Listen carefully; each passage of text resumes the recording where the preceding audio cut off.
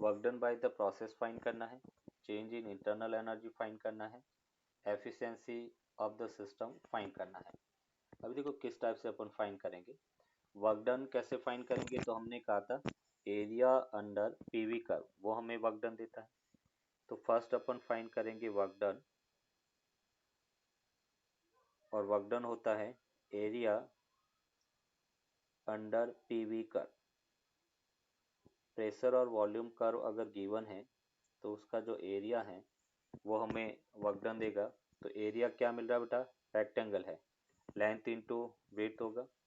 तो ये अपने को मिला 2p0 माइनस p0, ये हाइट हो गया, इंटू उसकी विड्थ है, ये लेंथ है, और विड्थ अगर देखे तो 2v0 माइनस p0, और ये हमें मिला p0 v0, ये वर्क डन होगा। फिर change in internal energy, change in internal energy होता है F/2 NR और डेल्टा टी, और साइक्लिक प्रोसेस है, साइक्लिक प्रोसेस पे इनिशियल और final position same. Change in temperature क्या होगा, जीरो, तो change in internal energy zero के इक्वल होगा। थर्ड अपनी को फाइंड करना है एफिशिएंसी, और एफिशिएंसी क्या होता है, total output of work done upon heat supply, heat supply. अभी नेट वर्क डन जो है वो तो ऑलरेडी फाइंड कर चुके हैं अपन, P0 V0 के इक्वल होगा। तो नेट वर्क डन अगर अपन देखें वो P0 के इक्वल है। अभी हीट सप्लाई देखो किस प्रोसेस में होगा, heat supply A to B में होगा और B टू C में होगा, क्योंकि A का अगर टेम्परेचर देखें, A का टेम्परेचर है P0 V0 upon NR, A का टेम्परेचर है। B का टेम्परेचर देखें तो B का temperature 2p0 V0 upon NR के इक्वल होगा। अगर C का टेम्परेचर देखें तो C का temperature 4p0 V0 upon NR होगा। अभी A टू B अगर अपन देखें तो A टू B में ये जो गैस है, गैस इज मोनो एटॉमिक, ये गिवन है बेटा, गैस इज मोनो एटॉमिक, ये मेंशन है कि मोनो एटॉमिक गैस है, तभी जाके अपन उसका work done heat supply find कर पाएंगे। तो डेल्टा क्यू ए बी, ए से बी में अगर हीट सप्लाई देखें तो वो होगा बेटा, आइसोकोरिक प्रोसेस के लिए क्या होता है, n C v delta T, n C v delta T, और उसको अपन लिख सकते हैं 3/2, डिग्री ऑफ फ्रीडम बेटा 3 होता है, 3/2 n R delta T, T B minus T C बेटा, sir T B minus T A. तो यहाँ से अपने को मिला 3/2 एन आर, और ये P0 V0 upon n R बेटा, एन आर से एन आर कैंसिल आउट, तो ए से बी में हीट सप्लाई मिला 3p0 V0 अपॉन 2 के इक्वल होगा, ये ए टू बी में हीट सप्लाई मिला। नेक्स्ट देखो बेटा बी टू सी अगर हीट सप्लाई फाइंड करें तो B to C isobaric process है, delta Q B to C, isobaric process में हीट सप्लाई होता है n C P delta T, और इसको अपन लिख सकते हैं 5/2 एन आर, सी पॉइंट का टेम्परेचर माइनस बी पॉइंट का टेम्परेचर। तो ये हमें मिला 5/2 एन आर, सी पॉइंट का टेम्परेचर था 4p0 V0 upon n R, B point का था 2p0 V0 upon n are. तो ये फाइनली मिला 2p0 V0 upon n R, n R से एन आर कैंसिल आउट, 2 से 2 कैंसिल आउट, ये हमें मिला 5p0 V0। तो टोटल हीट सप्लाई की बात करें, क्यू टोटल, और total heat supply delta Q A to B plus delta Q B to C होगा बेटा। सी टू डी और डी टू ए में हीट लॉस होगा तो वो काउंट नहीं करेंगे, हमें केवल हीट सप्लाई काउंट करना है। तो यहाँ से अपने को मिला 3/2 P0 V0 plus 5p0 V0 बेटा, 5 2 10, तो ये फाइनली मिला 13/2 P not V not. Means यहाँ से अपन कहेंगे efficiency total net work done बटा P not V not upon 13/2 P not V not के इक्वल होगा। P not V not cancel out तो कितना मिला बेटा 2/13। अगर परसेंटेज एफिशिएंसी फाइंड करना है तो हम लिख सकते हैं 2/13 इंटू 100%। ये परसेंटेज एफिशिएंसी होगा। इस टाइप से अपन limitation of the first law of thermodynamics.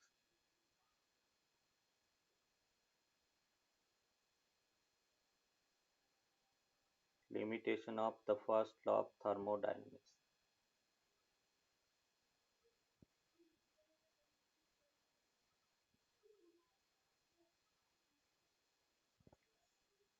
First law of thermodynamics की लिमिटेशन अगर देखें तो लिमिटेशन क्या कहता है। फर्स्ट लिमिटेशन में अपन देखेंगे बेटा according to first law of thermodynamics the efficiency of heat engine must be 100%। ये एक लिमिटेशन है क्योंकि हमने जब आइसोथर्मल प्रोसेस देखा तो आइसोथर्मल प्रोसेस में हमने कहा था कि हीट सप्लाई है वही वर्क डन के इक्वल होता है। मतलब total heat supply total work done में कन्वर्ट हो सकता है तो एफिशिएंसी कितना हो गया 100%। तो according to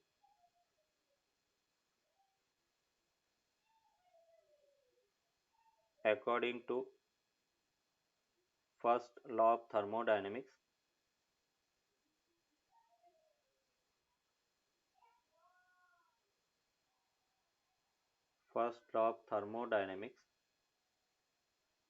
the efficiency of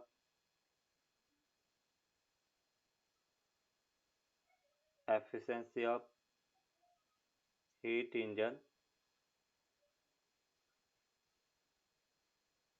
must be 100%। ये फर्स्ट लिमिटेशन है जबकि प्रैक्टिकली ऐसा नहीं होता है। जब अपन हीट इंजन की एफिशिएंसी फाइंड करते हैं तो हीट इंजन की एफिशिएंसी लेस देन 100% होता है। सेकेंड लिमिटेशन में अपन देखेंगे कि फर्स्ट लॉ ऑफ थर्मोडायनेमिक्स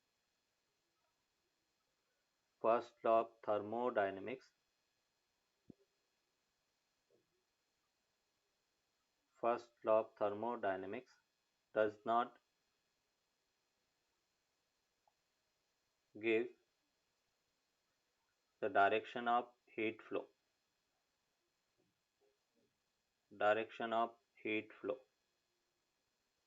ये बेटा सेकेंड ड्रॉबैक है और इन दोनों ड्रॉबैक को रिमूव करने के लिए सेकेंड लॉ ऑफ थर्मोडायनेमिक्स हम देखते हैं। तो first law of thermodynamics does not give the direction of heat flow done. अभी इस लिमिटेशन को रिमूव करने के लिए पहले अपन यहाँ पर रेफ्रिजरेशन और हीट इंजन उसको डिस्कस करेंगे फिर सेकेंड लॉ ऑफ थर्मोडायनेमिक्स पढ़ेंगे। तो फर्स्ट अपन यहाँ पे देख रहे बेटा heat engine.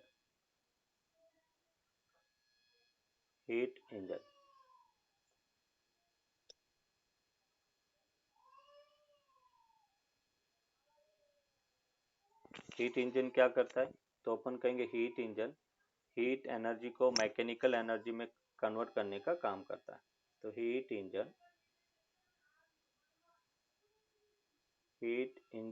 Converts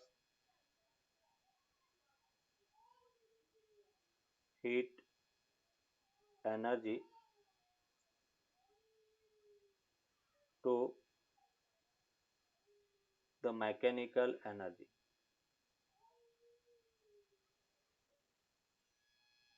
heat engine converts heat energy to mechanical energy. अभी जो हीट इंजन है वो दो टाइप्स हीट इंजन के अगर टाइप्स देखें तो दो टाइप के हीट इंजन होते हैं। एक अपन कहेंगे external combustion engine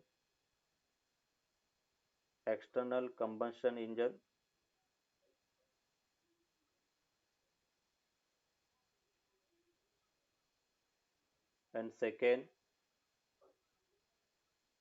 internal combustion engine.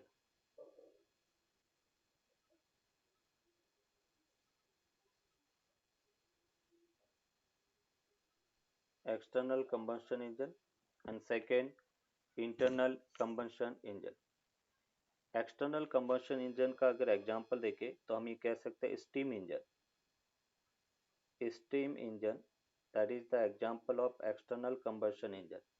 देखो दो टाइप का इंजन है, एक एक्सटर्नल कंबशन, दूसरा इंटरनल. एक्सटर्नल कंबशन का मतलब इसमें हीट इंजन के बाहर प्रोड्यूस की जाती है. जैसे स्टीम इंजन में बेटा अपन क्या करते हैं, हम हीट प्रोड्यूस करेंगे, हीट से अपन कह रहे कि वाटर से स्टीम बनाई जाएगी और स्टीम इंजन के अंदर जाती है और वो स्टीम अपन कह रहे कि इंजन को रन करवाने का काम करती है.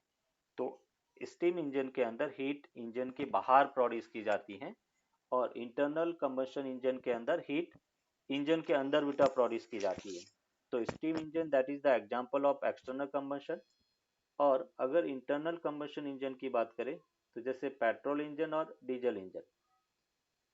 पेट्रोल इंजन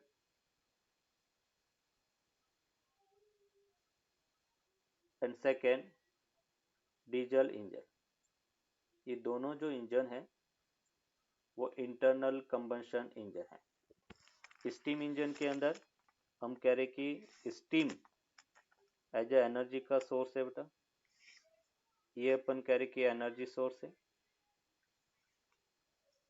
और पेट्रोल इंजन के अंदर पेट्रोल को गैस के साथ में बर्न किया जाता है बेटा. पेट्रोल प्लस गैस, वो पेट्रोल इंजन में एज ए एनर्जी सोर्स है. और डीजल इंजन के अंदर डीजल को गैस के साथ में कंबस किया जाएगा, बर्न किया जाएगा और उससे एनर्जी प्रोड्यूस होती है.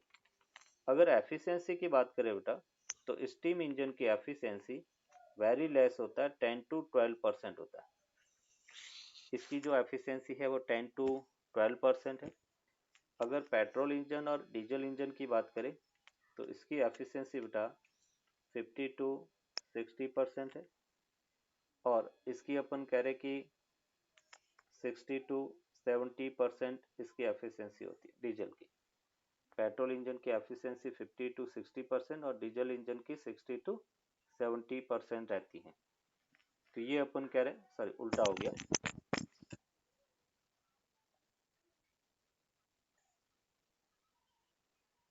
इसकी एफिशिएंसी अप टू बेटा 60 to 70% रहता है और इसकी एफिशिएंसी 50 to 60% रहती है. ये अपन कह रहे कि डीजल इंजन और पेट्रोल इंजन उसकी एफिशिएंसी. और डीजल और पेट्रोल के अंदर जो एनर्जी का सोर्स है बेटा, पेट्रोल को गैस के साथ कंबस्ट किया जाता है, बर्न किया जाता है और वहां से एनर्जी प्रोड्यूस होगी.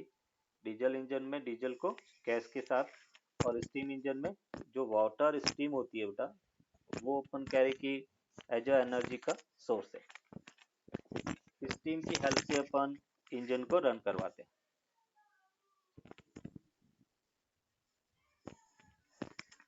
यस, नेक्स्ट बेटा अपन देखेंगे कि जो हीट इंजन है वो किस टाइप से वर्क करता है, वो अपन यहाँ पर देखेंगे. तो हीट इंजन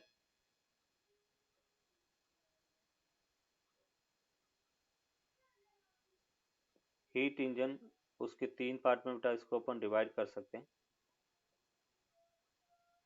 ये सोर्स है, ये फ्यूल है और ये सिंक है. ये बेटा सोर्स है जिसका टेम्परेचर T1 है.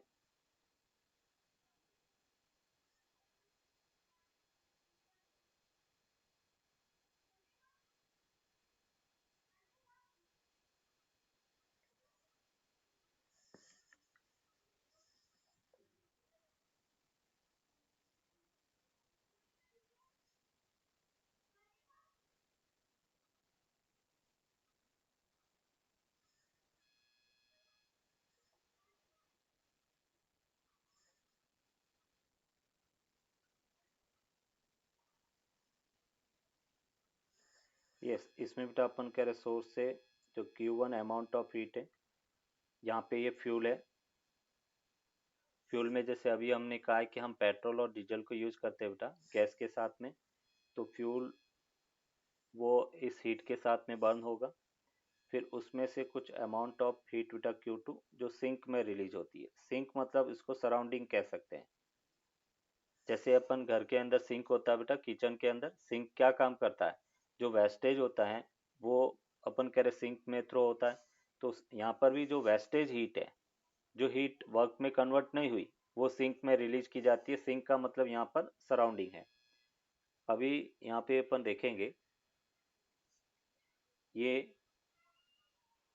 आउटपुट बेटा अपने को मिलेगा।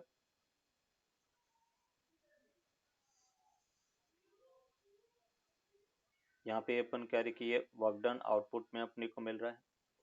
तो हीट इंजन, उसको तीन पार्ट में बेटा अपन डिवाइड कर सकते हैं। फर्स्ट सोर्स है, सोर्स का टेम्परेचर T1 है, और ये T1 बेटा सिंक के टेम्परेचर से ज़्यादा होता है, हाई टेम्परेचर पे रहता है।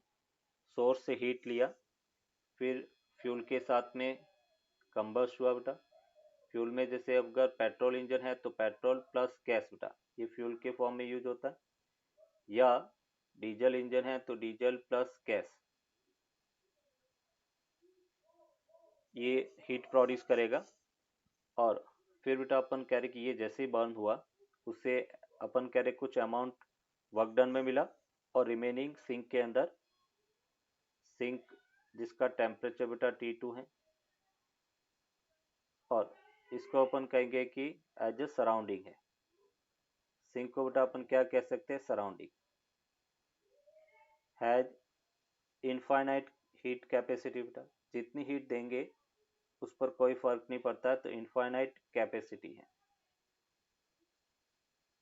सराउंडिंग हैज इनफाइनाइट कैपेसिटी, तो ये इनफाइनाइट हीट कैपेसिटी है सिंक। फ्यूल बेटा petrol plus gas.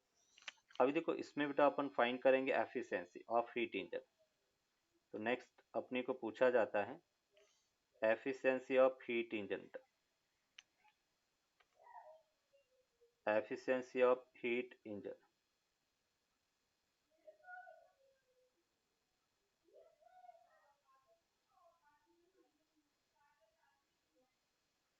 Efficiency of heat engine में यहाँ पे बेटा अपन कहेंगे कि efficiency that is output work done upon बेटा heat supply Q1, total output work done upon heat supply होगा बेटा।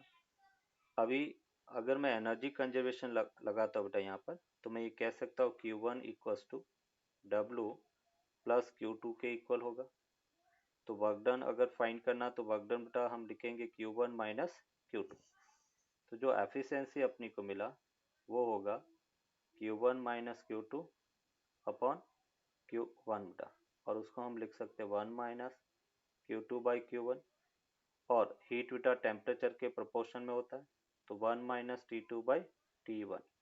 ये बेटा अपन कह रहे कि एफिशिएंसी है 1 minus T2 by T1। T2 बेटा सिंक का टेम्परेचर है, T1 सोर्स का टेम्परेचर है, और T2 ग्रेटर देन T1 है। मतलब कभी कभार अपने को ये दिया नहीं होता है कि कौन सा सिंक है, तो ये अंडरस्टूड होता है जो टेम्परेचर लेस होगा वो सिंक का होगा, जो टेम्परेचर ग्रेटर है वो सोर्स का होगा। तो ये बेटा अपन कह रहे कि efficiency Neeta 1 minus T2 by T1 के इक्वल होगा। अगर इसकी एफिशिएंसी देखें बेटा, तो क्या इसकी एफिशिएंसी 100% पॉसिबल है? नहीं है। मतलब अपन कहेंगे कि जो एफिशिएंसी है, अगर परसेंटेज एफिशिएंसी बेटा अपने को कैलकुलेट करना है, परसेंटेज एफिशिएंसी, तो वो होगा 1 minus T2 by T1 into 100 होगा।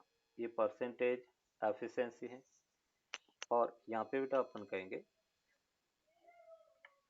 जो एफिशिएंसी है वो बेटा लेस देन 100% होगा। तो ये अभी मैथमेटिकली प्रूव हो गया कि एफिशिएंसी ऑफ हीट इंजन कभी भी 100% नहीं हो सकती। जबकि फर्स्ट लॉ ऑफ थर्मोडायनेमिक्स ये कहता है कि efficiency must be 100%। Isothermal process में हीट सप्लाई पूरी की पूरी वर्क डन में कन्वर्ट हो रहा है, बट प्रैक्टिकली ऐसा पॉसिबल नहीं है। हीट इंजन के बाद में बेटा सेकेंड अपन देखेंगे रेफ्रिजरेशन। रेफ्रिजरेशन,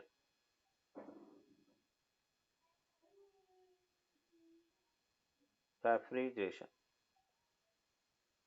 अपने घर में बेटा फ्रिज होता है, उसकी वर्किंग यहाँ पे अपन देखेंगे। तो refrigeration is the reverse process of heat engine. Refrigeration is the reverse process of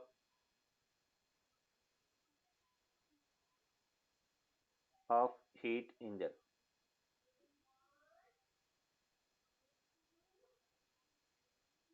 refrigeration is the reverse process of heat engine. इसके भी अपन कह रहे कि मोस्टली 3 पार्ट्स में अपन रेफ्रिजरेशन को देखेंगे. फर्स्ट अपन कह रहे कि सोर्स है, ये भी 3 पार्ट में बेटा डिवाइड किया जाता है. ये फ्यूल है और ये सिंक है.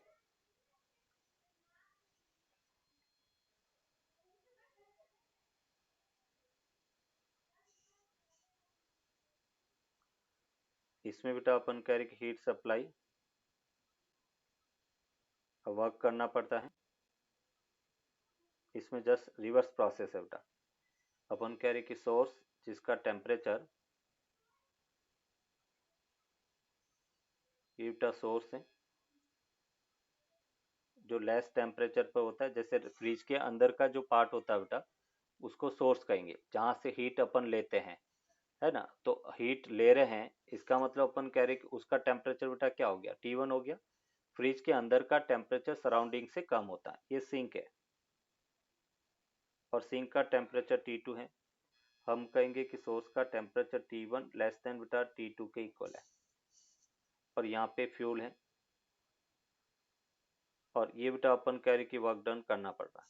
मतलब हम क्या कह रहे हैं कि हीट जो है इस सोर्स से अपन ले रहे हैं और उसके लिए बेटा अपने को वर्क करना पड़ रहा है. और ये अपन कह रहे कि Q2 के इक्वल है. हीट जो अपन कह रहे हैं कि हम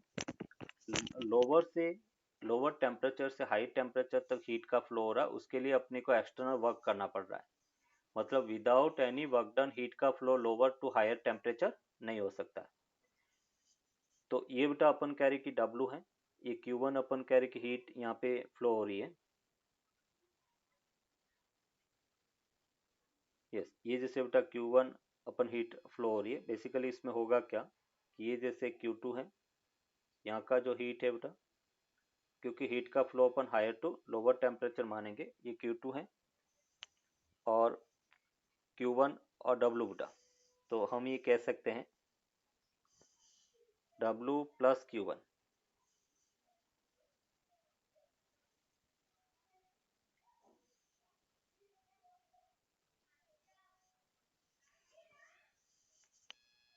ये बेटा होगा, ये Q1 है, ये Q2 है. और यहाँ पे अपन कह सकते हैं the source will be at less temperature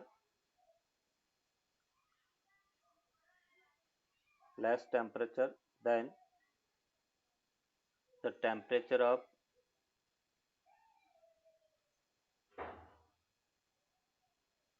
the sink बेटा.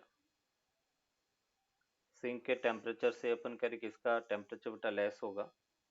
दूसरा अपन कहेंगे फ्यूल के फॉर्म में बेटा अपन यूज करते हैं फ्यूल में CCl4 यूज करते हैं बेटा, कार्बन टेट्रा क्लोराइड. पहले अपन हाइड्रोफ्लोरोकार्बन यूज करते थे बेटा, सॉरी क्लोरोफ्लोरोकार्बन CFC.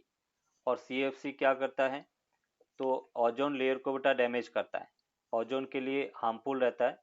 इसलिए अपन CFC को यूज नहीं कर सकते. हम किसको यूज करेंगे बेटा, उसका सब्स्टिट्यूट अपन यूज करते हैं, that is called carbon tetra chloride बेटा. तो यहाँ पे अपन कह रहे CCl4 that is carbon tetrachloride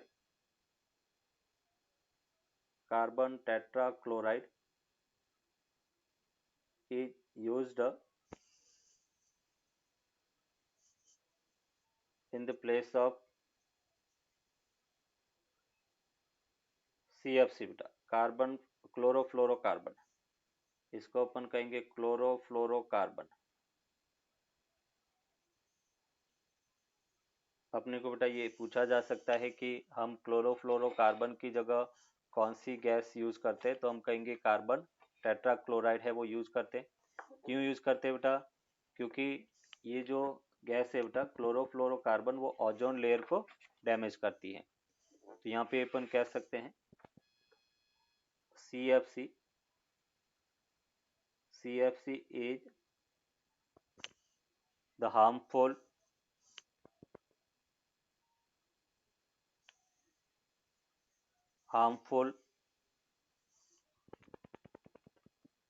for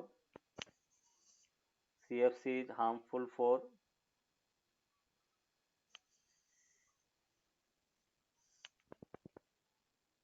CFC is the harmful for the ozone layer बेटा.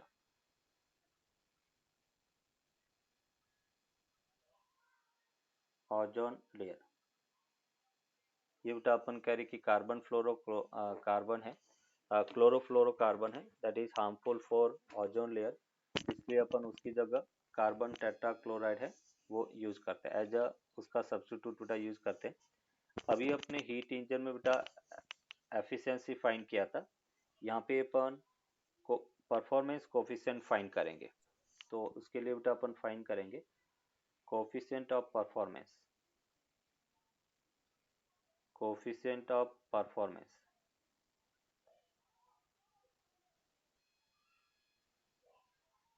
उसको अल्फा से डिनोट करेंगे. Coefficient of performance alpha beta, refrigeration का कोफिशिएंट ऑफ परफॉर्मेंस, और उसको अगर अपन डिफाइन करें तो हम ये कह सकते हैं alpha that is equals to heat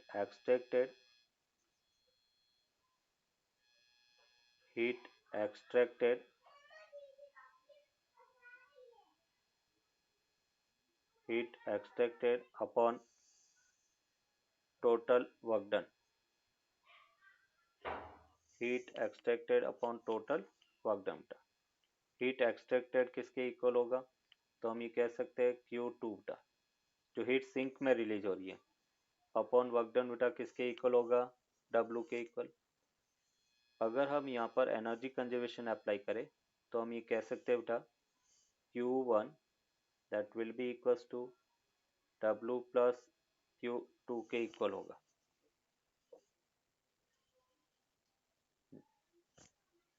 hot reservoir है बेटा, सॉरी इसमें अपन कह रहे कि Q2 हीट एक्सट्रैक्टेड उल्टा लिख दिया बेटा. यहाँ पे हीट एक्सट्रैक्टेड है वो Q1 है. सोर्स से कितनी हीट अपने एक्सट्रैक्ट किया, तो सोर्स से हीट ऑफ अमाउंट बेटा Q1 एक्सट्रैक्ट किया, और उसके लिए वर्क डन कितना बेटा W के इक्वल है. तो यहाँ पे अपन कह सकते हैं कि अगर मैं एनर्जी कंजर्वेशन बेटा अप्लाई करता हूँ तो मैं ये कह सकता हूँ कि Q2 equals to W plus Q1 के इक्वल होगा बेटा. और W को अगर अपन देखें तो W की वैल्यू बेटा क्या है, Q2 माइनस Q1 के इक्वल है, ये W है. W Q2 माइनस Q1 के इक्वल होगा. तो परफॉर्मेंस कोफिशिएंट बेटा अपने को मिलता है Q1 upon Q2 minus Q1 के इक्वल होगा.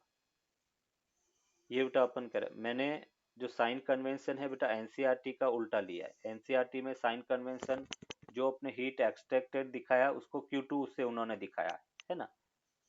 तो जो Q1 मैंने हीट एक्सट्रैक्ट, जो सोर्स से अपन हीट ले रहे हैं, कोल्ड रिजर्वायर से हीट ले रहे हैं, उसको अपन हीट एक्सट्रैक्टेड कहेंगे.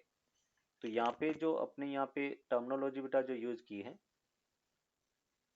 ये जो सोर्स है, सोर्स बेसिकली क्या है, कोल्ड रिजर्वायर है बेटा, कोल्ड रिजर्वायर जहाँ से हीट अपन ले रहे हैं.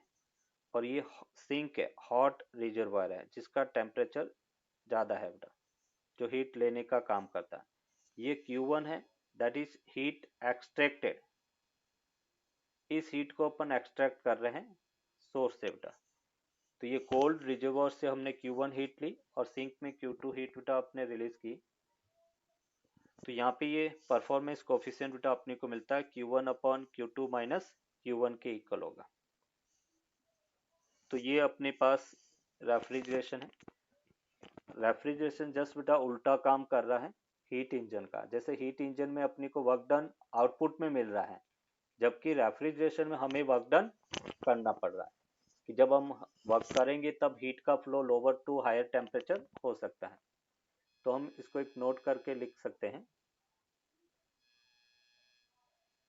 इन refrigeration in refrigeration,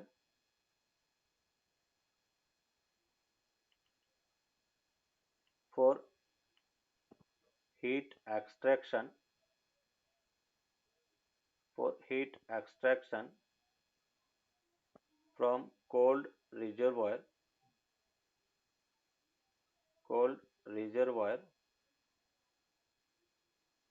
to hot reservoir,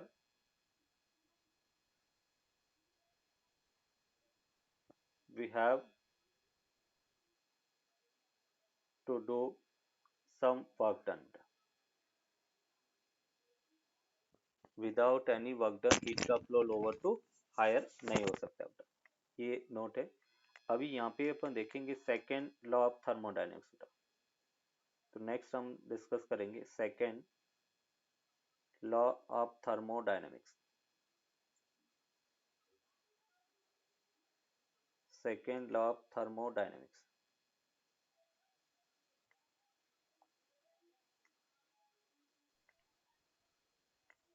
and second law of thermodynamics है क्या, तो उसको अपन कहेंगे second law of thermodynamics, that is based on two statement. Second law of thermodynamics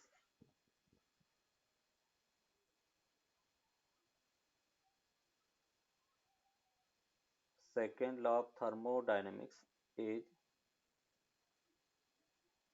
based on two statement, two statements which removes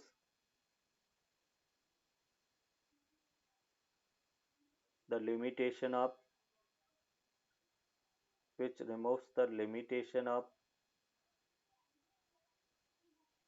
first law of thermodynamics. First law of thermodynamics.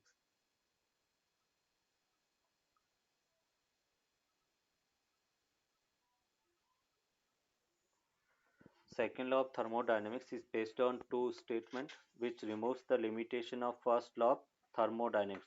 First law of thermodynamics को जो limitation है उसको remove करता है। अभी first statement क्या है, first statement अपन कहेंगे Kelvin and Planck's statement. Kelvin and Planck's statement.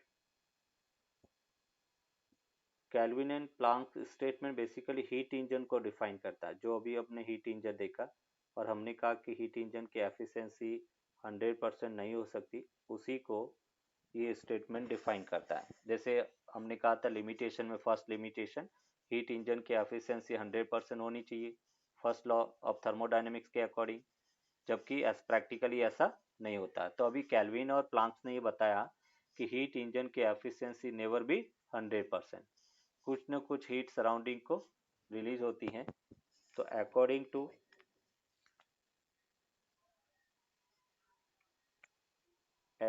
To Kelvin and Planck's statement,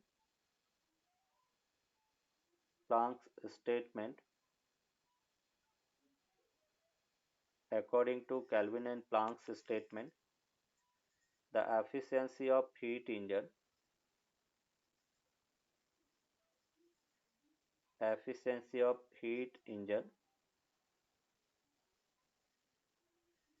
never be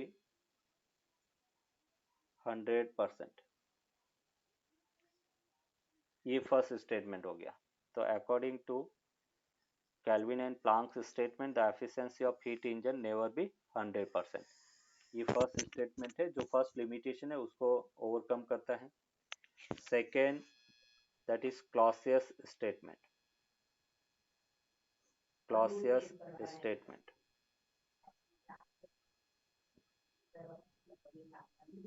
Clausius statement क्या कहता है,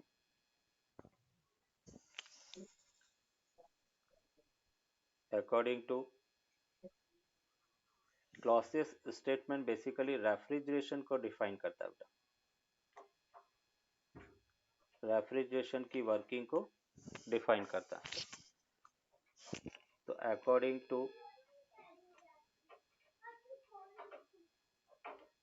clauses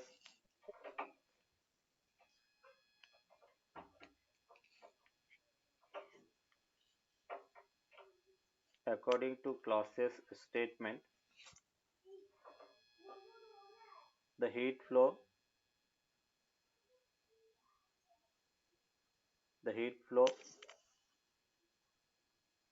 yeah without any work done according to clauses statement, without any work done, heat can't be flow heat can't be flow from lower temperature to higher temperature.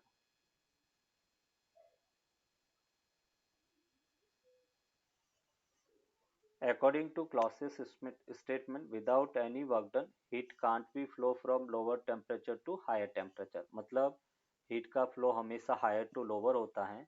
अगर lower to higher heat को flow करना है तो उसके लिए अपने को external work done करना पड़ेगा. ये बेटा क्लॉसियस स्टेटमेंट है, that is second law of thermodynamics. तो ये अपना थर्मोडायनेमिक्स कंप्लीट होता है. इसके अलावा एक कार्नोट साइकिल दिया हुआ है, but Carnot cycle old book में है. न्यू सिलेबस के अकॉर्डिंग कार्नोट साइकिल कंपटीशन से भी हटा दिया गया है और अपने एनसीईआरटी के सिलेबस से भी हटा दिया गया है ना. तो अभी उसको अपन नहीं करते हैं. अगर आपके स्कूल में करवाते हैं तो हम फिर उसको कर लेंगे. बाकी कंपटीशन और एनसीईआरटी दोनों सिलेबस में से उसको हटा दिया गया है. इसके अलावा कुछ और सब टॉपिक हैं, उसको अपन एक बार देख लेते हैं जो अपनी को प्रॉब्लम सॉल्व करने में हेल्प करेगा. तो यहाँ पे अपन कह रहे हैं free expansion process. Free expansion process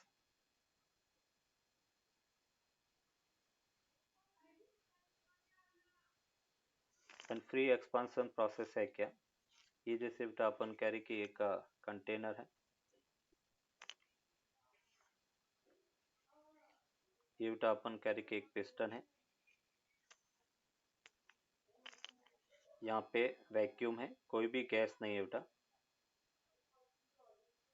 ये वैक्यूम है, ये बेटा गैस है. Initial pressure P not, volume P not और टेम्परेचर बेटा टी नॉट है. यहाँ पे कोई भी मतलब गैस नहीं है बेटा, वैक्यूम है ना. और ये पिस्टन है. अगर बेटा अपन पिस्टन को रिलीज करें और अभी फाइनली बेटा अपन कह रहे कि ये पिस्टन एक्सपांड होता है. सडनली बेटा अपन कह रहे कि इस चैम्बर में पिस्टन है वो एक्सपांड हुआ, और जब फ्री एक्सपांसन है तो कोई भी बेटा अभी पिस्टन यहाँ पे चला गया, ये पिस्टन इधर आ गया. तो अभी अपन कह रहे कि क्या सिचुएशन इसमें रहेगा. तो हम कहेंगे बेटा during free expansion process, free expansion process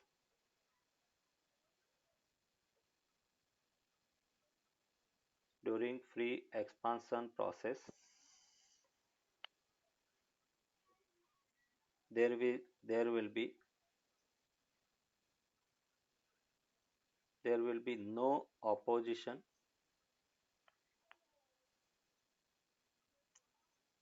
there will be no opposition या अपन कहेंगे कि no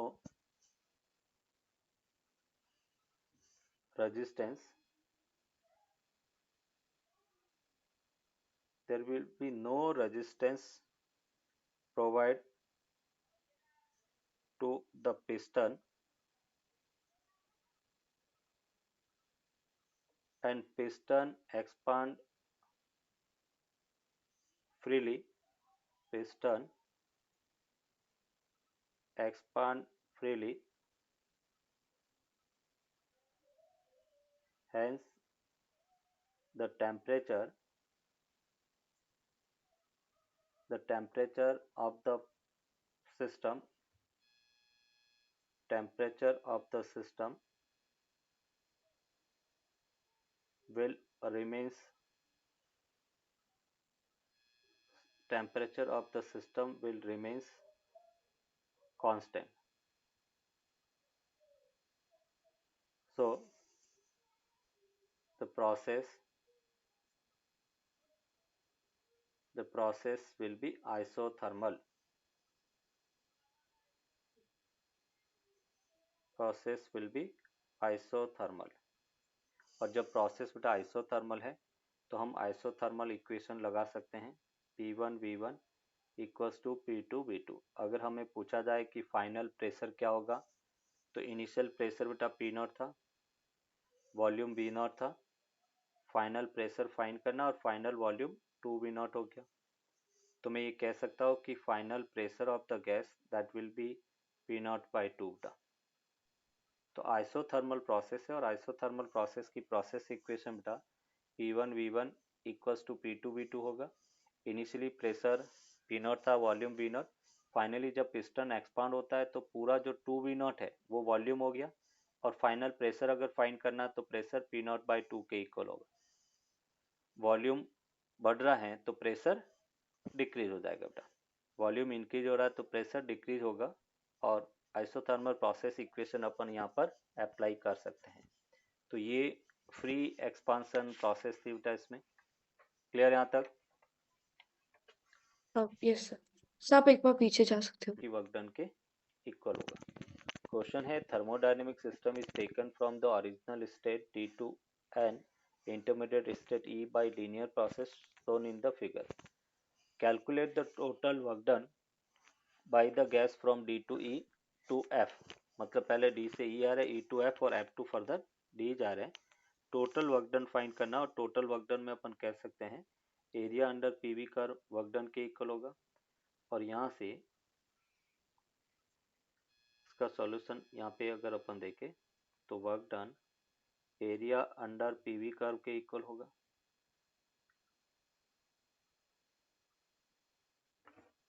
ये बेटा ट्राइंगल है और ट्राइंगल का एरिया क्या होता है, half base into height. Half base अपने बेस पास 5 - 2 हो गया और हाइट 600 - 300। तो ये बेटा अपने को मिला 3/2 into 300 and that is equals to 150 and 150 into 3 बेटा 450 जूल। ये total work done by the process होगा। क्लियर बेटा? Yes sir.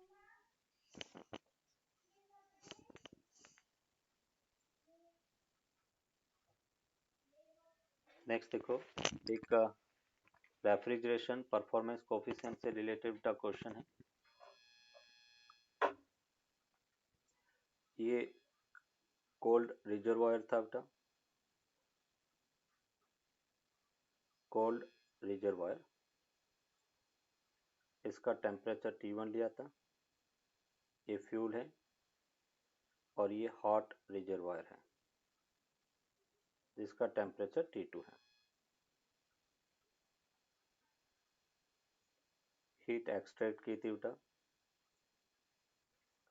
यहाँ पे वर्क डन था,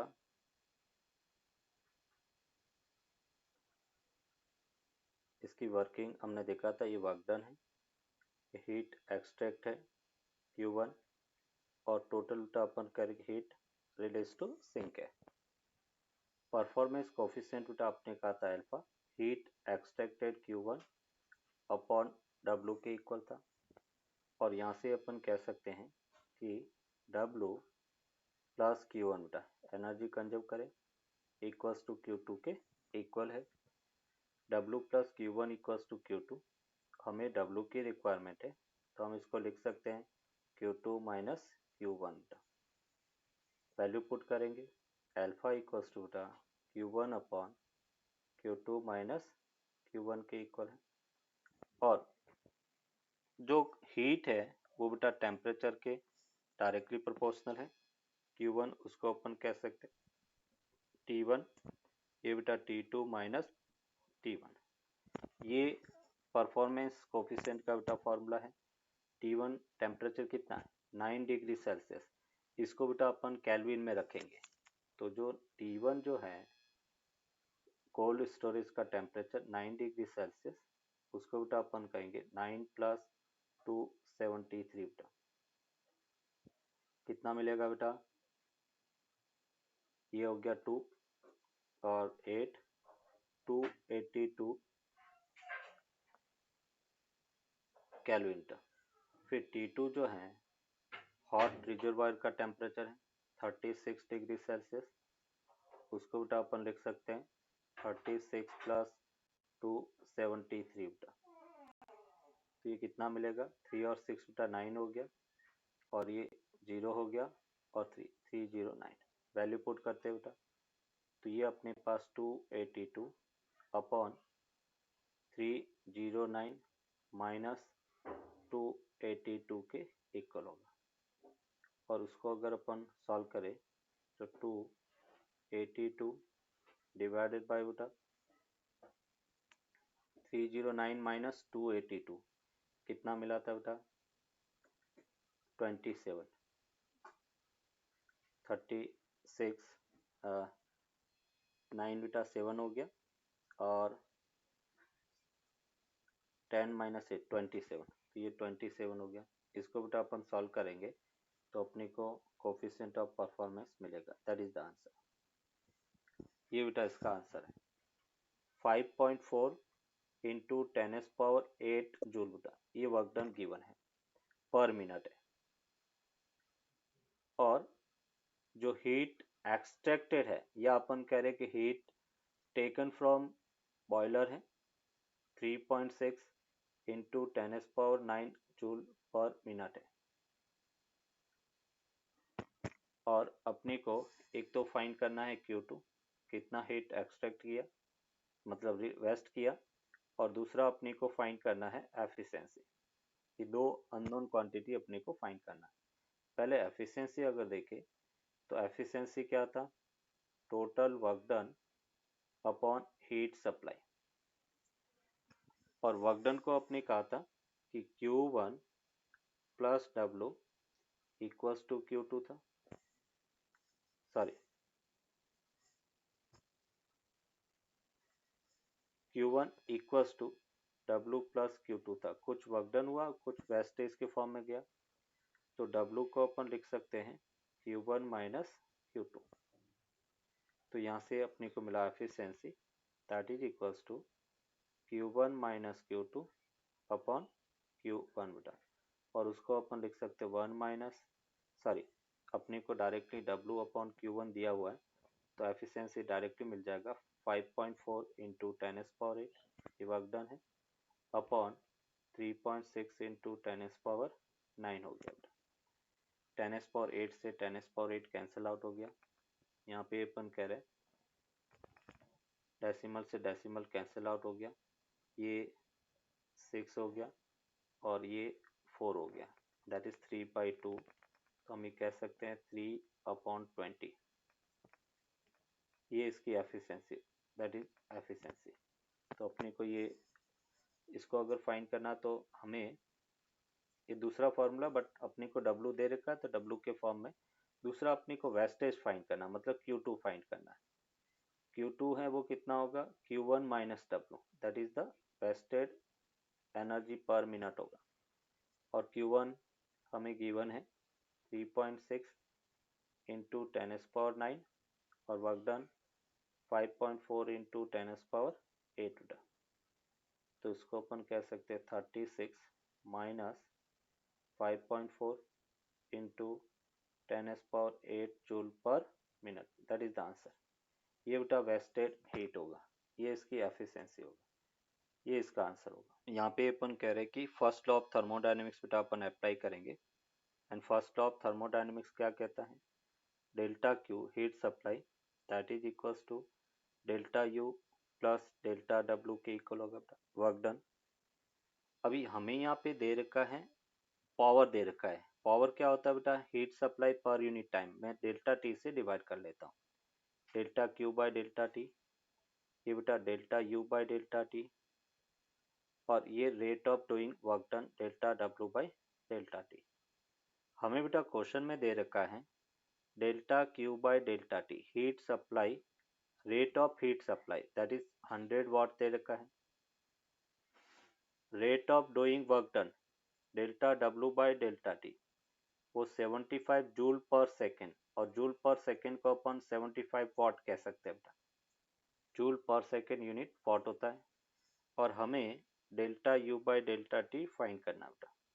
बस वैल्यू रख लो, ये बेटा 100 हो गया। Delta U by delta T अपने को फाइंड करना है। Delta W by delta T 75 वाट दे रखा है। तो rate of increment of internal energy that will B 25 वाट, ये इसका आंसर होगा। Delta U by delta T 25 वाट के इक्वल होगा, या 25 जूल पर सेकेंड के इक्वल होगा।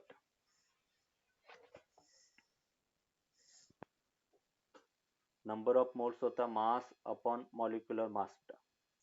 मास गिवन है 2.0 10⁻⁻², और ये बेटा है 28 इंटू 10⁻⁻3, -2 से -2 कैंसिल आउट, मीन्स ये बेटा अपने को मिला 20/28, and that is equals to, ये बेटा 5 हो गया, और ये अपने पास 7 हो गया। 5/7 बेटा नंबर ऑफ मोल्स है।